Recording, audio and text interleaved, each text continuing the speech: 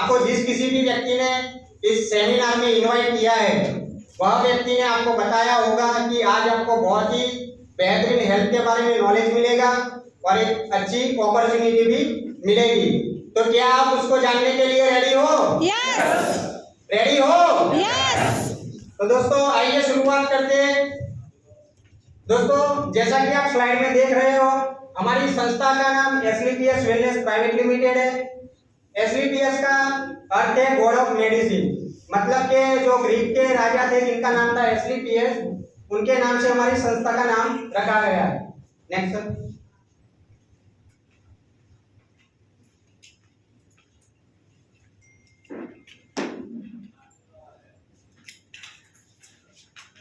दोस्तों एक बार हमारी कंपनी के सीईओ के लिए जोरदार तालियां हो जाए। दोस्तों आज मुझे बताते हुए बहुत ही गर्व महसूस हो रहा है और आपको भी सुनते हुए बहुत ही गर्व महसूस होगा कि हमारी कंपनी के God mister Sanjeev Kumar sir, जिन्होंने 15 साल देश सेवा की थी और आज भी लोगों की बीमारी और बेरोजगारी को दूर करके आज भी देश सेवा कर रहे हैं। नेक्स्ट। हमारी संस्था की शुरुआत 9 नवंबर 2014 में हुई थी और हमारी संस्था की head office sector 70 Dwarka south west Delhi में मौजूद है।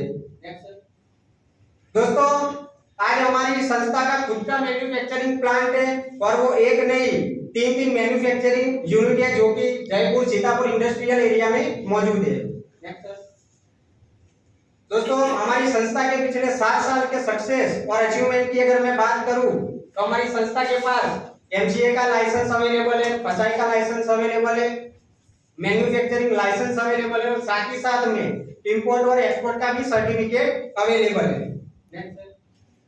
दोस्तों हमारी संस्था का एक फाउंडेशन चलता है जिसका नाम है एसलीपीएस वेलनेस फाउंडेशन, जिसके तहत जब भी हमारे देश में कोई भी आफत या मुश्किल आती है तो हमारे संजीव कुमार सर हरदम लोगों के लिए खड़े रहते हैं। तो जब पुलवामा अटैक हुआ था तब हमारे मिस्टर संजीव कुमार सर ने राजनाथ सिंह के हाथों हाथ 11 लाख रुपए का डोनेशन दिया था।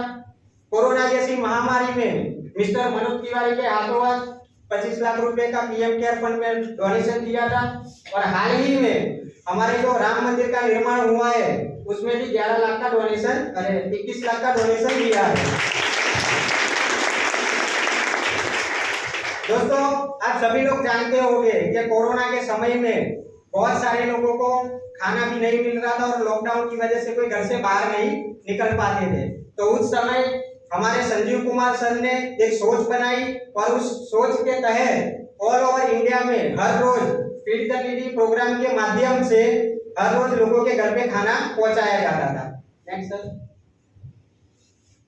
तो दोस्तों हम पिछले कुछ साल पहले की हम बात करते हैं, मतलब कि जो हमारे बाप दादा लोग थे उनके समय की अगर हम बात करें तो पहले लिविंग लॉन्ग और डाइंग शॉर्ट हुआ करता था। मतलब कि पहले जब बच्चा जन्म लेता था तो उसको 2 साल तक माँ का दूध पिलाया जाता था। साथ ही साथ में हमारे बुजुर्ग लोग घर का खाना ज्यादा पसंद करते थे, हेल्दी खाना खाते थे, खेती बाड़ी प्राणायाम वगैरह करते थे, जिसके वजह से वो 90-100 साल तक एक स्वस्थपूर्ण जिंदगी जिया करते थे। राइट या रॉन्ग? राइट। और आज दोस्तों ये हो गया है कि आज लिविंग शॉर्ट और डाइंग लॉन्ग हो गया है। मतलब कि आज जब बच्चा जन्म लेता है तो 6 महीने तक माँ का दूध पिलाया जाता है। जैसे जैसे बच्चा बड़ा होता जाता है वैसे वैसे उसके हाथ में फास्ट फूड और जंक फूड थमा दिया जाता है। तो दोस्तों वो बच्चा 20-25 साल तक तो स्वस्थपूर्ण जिंदगी जी लेता है, लेकिन उसके बाद वही बच्चे को बहुत सारी बीमारियों का सामना करना पड़ता है। और दोस्तों हम बीमार पड़ते हैं तो कहाँ जाते हैं? डॉक्टर के पास। तो दोस्तों वही डॉक्टर के पास जाके हम एंटीबायोटिक दवाइयों का सहारा लेते हैं और हमारी बॉडी जो होती है वो धीरे धीरे दवाइयों का पुतला बन जाती है। और आज हमारी जो एज है वो 60-65 के आसपास अटक गई है। राइट या रॉन्ग सर? राइट। दोस्तों ऐसा नहीं है कि बीमारी आज ही है, पहले भी बीमारी हुआ करती थी।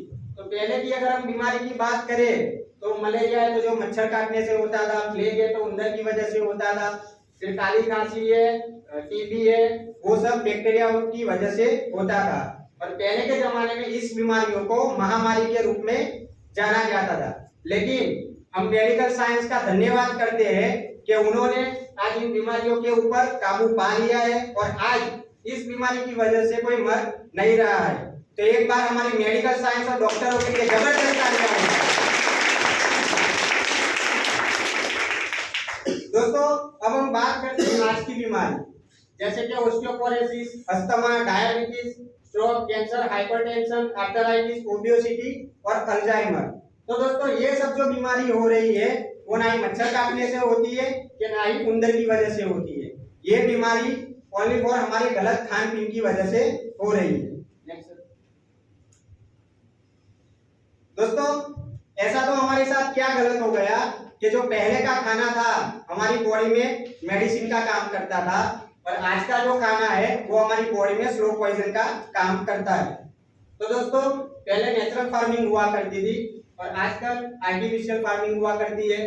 पहले हम चूल्हे पे खाना, घर पे हमारे मम्मी और दादी लोग चूल्हे पे खाना पकाती थी और वही खाना हमको बहुत ही स्वादिष्ट लगता था।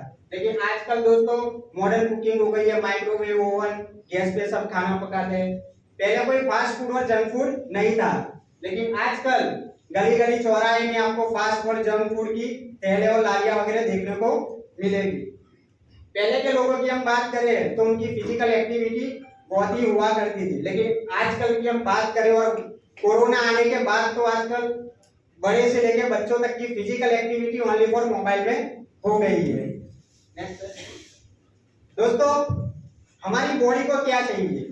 हमारी बॉडी को विटामिन, फाइबर्स, मिनरल्स, कार्बोहाइड्रेट ये सब चीजें हमारी बॉडी को चाहिए और यही सब चीजें हमें हेल्दी खाने से मिलता है। लेकिन आज हम अपनी बॉडी को क्या दे रहे हैं? Fast food, junk food, burger, pizza, dabeli, vada pav. तो दोस्तों मैं आपसे एक बात पूछना चाहता हूँ कि क्या ये सब चीजें खाने से हम हेल्दी रहेंगे कि बीमार पड़ेंगे? बीमार पड़ेंगे। Next sir. दोस्तों जैसे कि लाइफस्टाइल डिसीज होने का कारण क्या है? तो जैसे कि आप स्लाइड में देख रहे हो हमारे किसान भाई है, पहले दोस्तों आबादी कम हुआ करती थी, इसके लिए सभी लोगों को हेल्दी और नेचुरल फूड मिला करता था। लेकिन आज आबादी ज्यादा होने के कारण किसान भाइयों को ना चाहते हुए भी उनके खेत में पेस्टिसाइड का छिड़काव करना पड़ता है। और दोस्तों हम फल, सब्जी, गेहूं, चावल सब कुछ धोके खाते हैं, लेकिन गाय को घास चारा दिया जाता है, वो क्या कभी किसी ने धोके डाला? अब वही गाय का दूध हम दोस्तों पीते तो जाने अनजाने में हमारी बॉडी में केमिकल जाता ही जाता है। फिर आर्टिफिशियल रिपेयरिंग हो गई है। दूसरा कि आजकल लोगों की फिजिकल एक्टिविटी लेस होती जा रही है। दोस्तों कोरोना आने के बाद सब लोगों ने मास्क लगाना चालू किया, लेकिन उससे पहले कोई भी मास्क नहीं लगाता था और आपकी नाक में और हमारे नाक में कोई ऐसा फिल्टर नहीं लगा है कि हम एयर पॉल्यूशन से बच सके, क्योंकि आजकल एयर पॉल्यूशन बहुत ही तेजी से बढ़ रहा है। दूसरा के वाटर पॉल्यूशन, उसको भी बढ़ने से हम रोक नहीं पा रहे हैं। साथ ही साथ में हमारी जो मसालादारी, जो हम पहले घर में हमारे दादी मम्मी लोग मसाला वगैरह पीस के घर पे लाके पीस के खाते थे, लेकिन आजकल जो हमारी मसालादारी है उसमें भी मिलावट हो रही है। और रेडिएशन तो हमारी आईटी की देन, हमारा मोबाइल फोन, सभी लोग यहाँ पर मोबाइल इस्तेमाल तो करते ही होंगे, राइट या रॉन्ग? राइट। अब दोस्तों हमारी संस्था की ओर से मैं आपको रेडिएशन से बचने के लिए 2 टिप देना चाहूंगा कि जब भी आपकी मोबाइल की बैटरी 20% लो हो जाती है तो उसे तुरंत ही चार्ज में रखें और उसका इस्तेमाल ना करें। दूसरा कि अगर आपको लंबी किसी से बातचीत करनी है तो ब्लूटूथ या हैंड्स फ्री का सहारा लीजिए और रात को सोने के समय अपनी बॉडी से 10 फुट मोबाइल को दूर रखिए ताकि आप रेडिएशन से बच सके। दोस्तों जैसा कि आप स्लाइड में देख रहे हो कार्डियोवास्कुलर डिसीज मतलब कि हार्ट अटैक की समस्या, पहले के लोगों को 3 से 4 बार हार्ट अटैक आते थे तब जाके उनकी मौत होती थी, लेकिन आजकल 35 साल के लड़के को एक बार हार्ट अटैक आता है और जानने को मिलता है कि भगवान को प्यारा हो गया। दूसरा के डायबिटीज, तो आजकल हर 2 घर छोड़ के एक इंसान को डायबिटीज की प्रॉब्लम है और बहुत सारे लोगों को इंसुलेशन भी लेना पड़ता है। आर्थराइटिस मतलब कि उंगलियों का टेढ़ा मेढ़ा हो जाना, गठिया। ओबेसिटी, मोटापा दोस्तों कोई बीमारी नहीं है, लेकिन जब भी हमारी बॉडी में मोटापा आता है तो बहुत सारी बीमारियों का हमारी बॉडी के अंदर घर करता है। हाइपरटेंशन, आज कोई ऐसा व्यक्ति नहीं है जिसको टेंशन ना हो। अगर छोटा बच्चा है तो उसको भी पढ़ाई की टेंशन है, कोई बड़ा है तो उसको जॉब वगैरह की कोई ना कोई टेंशन रहती है। कैंसर, हमारे इंडिया में हर रोज 25,000 से ज्यादा लोग कैंसर से मरते हैं।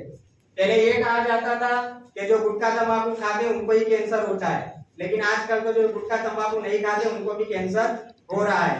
क्या मैं सच कह रहा हूँ या नहीं? यस। ऑस्टियोपोरोसिस मतलब कि हमारी हड्डियां कमजोर हो जाना। आज कोई भी इंसान अगर थोड़ा भी चल के अगर स्लिप हो जाता है तो जानने को मिलता है कि भाई उसका पैर फ्रैक्चर हो गया या टूट गया, क्योंकि आजकल हमारी हड्डियां कमजोर हो गई है। एलर्जी, दोस्तों पहले एलर्जी नाम की कोई बीमारी नहीं थी और आजकल लोगों को धूल से, मिट्टी से, पानी से एलर्जी होने लगी है। और कोरोना आने के बाद इंसान को इंसान से एलर्जी हो चुकी है। Next sir. तो दोस्तों आप सभी से मैं एक क्वेश्चन पूछना चाहता हूँ कि हमारे बुजुर्ग लोग जो अच्छी और हेल्दी जिंदगी जिया करते थे, अगर वही जिंदगी हमें जीनी है तो आपके पास कोई परमानेंट सॉल्यूशन है इसका? नहीं। अगर आज हमें कोई बीमारी होती है दोस्तों और हम डॉक्टर के पास जाते हैं तो क्या उसका कोई परमानेंट सॉल्यूशन मिलता है हमें? नहीं। तो हमें हमारी वही इम्यूनिटी को वापस लाने के लिए हमें क्या करना चाहिए? आयुर्वेदिक। तो जो लोग आयुर्वेदा बोले उनके लिए एक बार दिल से जबरदस्त तालियां हो। तो दोस्तों हमारी संस्था का मिशन और विजन ही यही है कि हेल्दी इंडिया और वेल्थी इंडिया, और उसके तहत हमारी संस्था ने 5000 साल पुरानी पद्धति जिसे हम आयुर्वेदा कहते हैं और हमारे भारत का पंचम वेद है आयुर्वेदा, वही आयुर्वेदा प्रोडक्ट हमारी संस्था ने लॉन्च की हुई है। नेक्स्ट।